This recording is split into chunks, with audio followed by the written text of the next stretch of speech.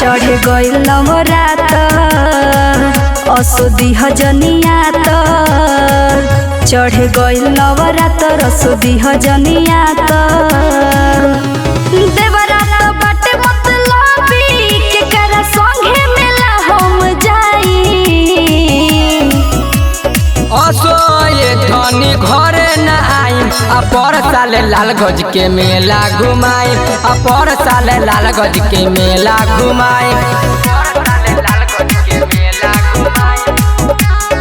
बोला बोला शेरा वाली मैया की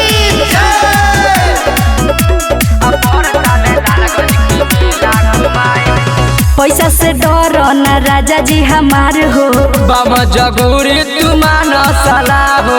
अच्छा हम ना मानो पैसा से डर ना राजा जी हमार हो बम जगूरी तू मानो सलाह हो। पर साल बीतल असही सोना झसा में आईब असो ये धनी बहरा से आई आ पर साले लाल गज के मेला घुमाई आ पर साले लाल गज के मेला घुमाई। बोला बोला शेरा वाली मैया की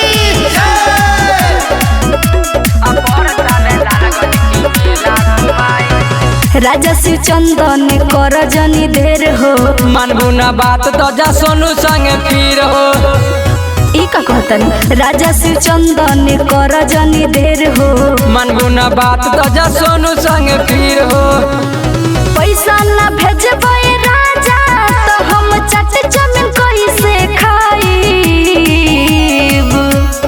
असो ये धनी घरे न आई आ पर साले लाल गज के मेला घुमाई आ पर साले लाल गज के मेला घुमाई।